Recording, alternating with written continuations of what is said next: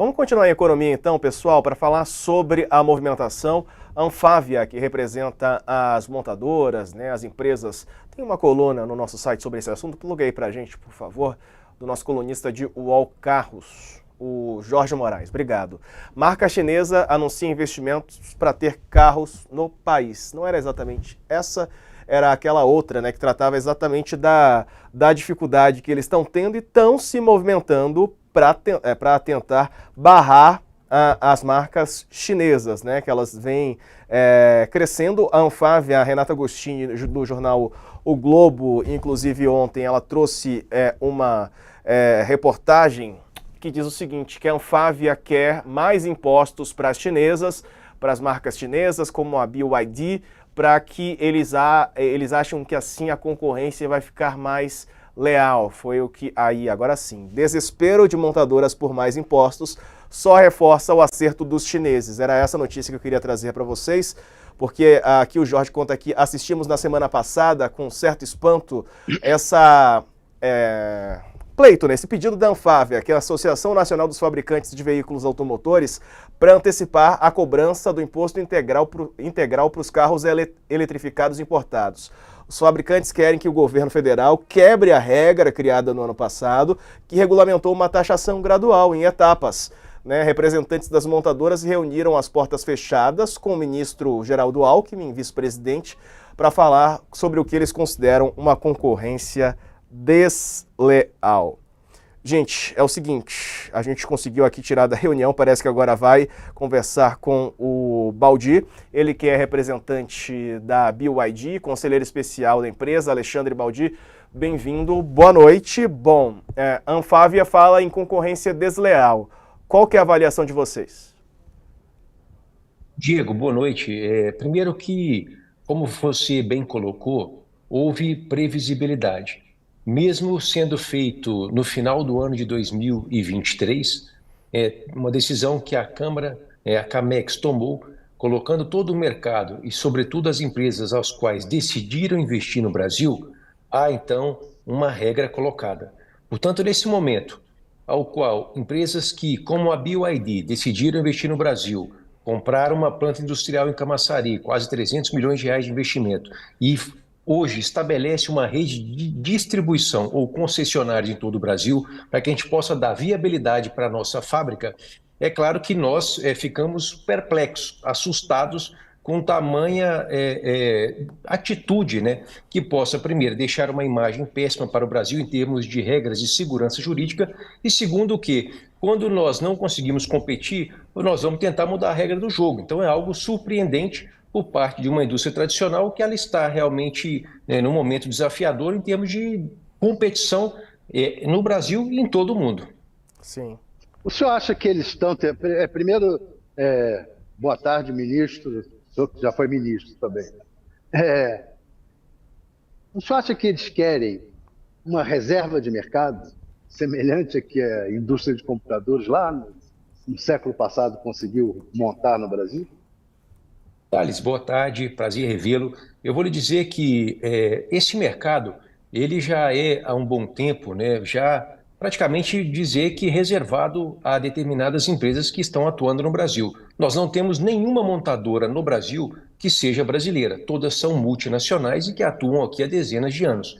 Agora, se a gente avalia, por exemplo, o mercado de picape, as caminhonetes hoje, quase todas elas são produzidas na Argentina. Imagine só, uma crise hoje política entre os nossos dois países, se nós fôssemos então ao presidente da República, ao presidente Lula, e sugerir que nós pudéssemos impedir, né, num regime como o do Mercosul, de importar quase que 90% das picapes que são vendidas pelos brasileiros e para os brasileiros da Argentina. Então, quer dizer, esse momento de transição energética, de transição tecnológica, certamente a indústria, né, em todo o mundo, ela investe bastante para que ela possa participar de forma pioneira e vanguardista com essas tecnologias. E foi isso que a BYD fez. Aquelas que se reservaram ao desejo de não investirem para um novo momento, como os carros híbridos e carros elétricos, certamente têm dificuldade e buscam, nesses ambientes de protecionismo, criar, então, né, a protelação para essas novas tecnologias para que elas possam começarem a investir. Baldi, E por que isso não foi discutido entre as montadoras antigas que estão no Brasil e vocês que estão chegando agora, as novas montadoras, quando saiu o planejamento do governo para isso, para a questão tributária? Isso não foi discutido com o Geraldo Alckmin, com o Haddad? Eu não consigo entender como é que se chega agora, no mês de julho, e tenta voltar atrás em tudo que foi decidido antes. Como é que foi isso? Como é que foi o entendimento na época em que se decidiu quem pagaria quanto de imposto? Ricardo, no ano passado, o Ministério de Desenvolvimento, Indústria e Comércio, ele chamou a todos para que pudessem discutir o retorno do imposto de importação para carros elétricos, que estava suspenso há alguns anos, e a subida para carros híbridos, seja plug-in ou seja não plug-in. Então, esse tema foi debatido, foi conversado e foi consensuado entre as montadoras que atuam hoje fabricando no Brasil e as montadoras que tinham desejo de fabricar no Brasil. Inclusive, o próprio vice-presidente Geraldo Alckmin foi muito claro. Esse era o desejo, que o governo atraísse investimentos estrangeiros para que viessem a fabricar no Brasil. O que ocorreu no caso da BYD, o que ocorreu no caso da Great Wall e montadoras que compraram plantas industriais no Brasil para investirem para essa transição. Porque essa graduação na subida do imposto de importação, ela é uma transição ao qual nós ainda avaliamos que foi acelerada. Por qual razão? Porque você sai de 0 para 10 no momento onde a taxa de câmbio ela também é elevada nessa subida, o qual ao longo de 2024 ela também pressiona o nível de preço. Imagine só. Então são dois ingredientes que, se a gente avaliar hoje, de janeiro até hoje, julho, a taxa de câmbio ela foi muito mais em termos de penalização do que o próprio imposto de importação. Então, por si só, ela é uma avaliação que ainda não é considerada. Que nessa transição, como eu disse, para que as empresas construam uma rede de distribuição, um volume de concessionários, quando a gente fala que vai inaugurar uma planta industrial para fabricar no Brasil 150 mil veículos, eu preciso ter essa rede pronta. Eu não posso inaugurar uma fábrica e no dia seguinte ter 150 mil automóveis sendo fabricados e não tê-lo onde vender. Agora, conselheiro, sobre isso até, qual que seria o real motivo da Anfávia, então, se posicionar dessa maneira, neste momento? É desestabilizar, tentar colocar ali algum empecilho? A gente sabe que vocês estão chegando e os carros eletrificados, né, elétricos e híbridos, eles têm um potencial de gastar, né, de poluir menos e tem um custo menor também, né? É uma tentativa de desestabilizar essas empresas que estão chegando ao Brasil? Diego, certamente é uma forma de você desestabilizar uma das várias as quais algumas empresas, infelizmente, têm utilizado. Nós tivemos aqui no Brasil uma das maiores tragédias, se não a maior tragédia climática da nossa história no Rio Grande do Sul. Quando você observa há pouco uma pesquisa que publicou que mais de 66% ou 2/3 da população brasileira se predispõe a gastar um pouco mais para comprar um carro que não emite poluente, e as empresas que não estejam preparadas com produtos hoje disponíveis, onde a gente fala que um consumidor que entra numa concessionária para comprar um carro zero, mais de 90% dele quer entender e ver um carro híbrido. Onde você tem hoje quase 60% desses consumidores têm a curiosidade em conhecer um carro elétrico. E quando há avaliação de que, em termos de emissão de poluente, que o carro elétrico hoje, ao dirigir, ele é zero emissão de carbono, o carro híbrido tem uma redução drástica, as pessoas elas têm consciência, elas têm se conscientizado muito mais, além do que da autonomia, a economia de dinheiro no bolso. Cada dia mais as pessoas que têm uma renda hoje consumida com o carro, consumido com os combustíveis de quase 17% no valor mensal da sua receita, elas querem reduzir. Quando elas avaliam que 5 vezes menos elas vão gastar ao dirigir no carro elétrico, ou num percentual também bastante elevado de redução no carro híbrido, essas avaliações elas têm sido cada vez mais parte da decisão de compra de todos os brasileiros em todas as regiões do Brasil. Valdir, na prática, o que vocês fizeram até agora para impedir que isso aconteça, que a Anfávia quer, né? Vocês já conversaram com o Geraldo Alckmin, o que as montadoras que podem ser atingidas por esses impostos fizeram de concreto até agora, para impedir que isso aconteça?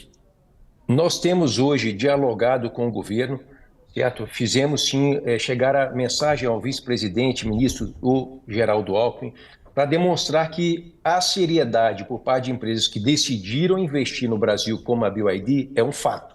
Ela comprou uma planta industrial que estava fechada há alguns anos por quase 300 milhões de reais e hoje investe, né, quase R$ 1 bilhão no presente momento para que essa planta possa estar em operação no final do trimestre de 2020, do último trimestre de 2024. Quer dizer, nós hoje, Ricardo, importamos um volume, dado a essa retomada do imposto de importação, de quase 80 mil veículos.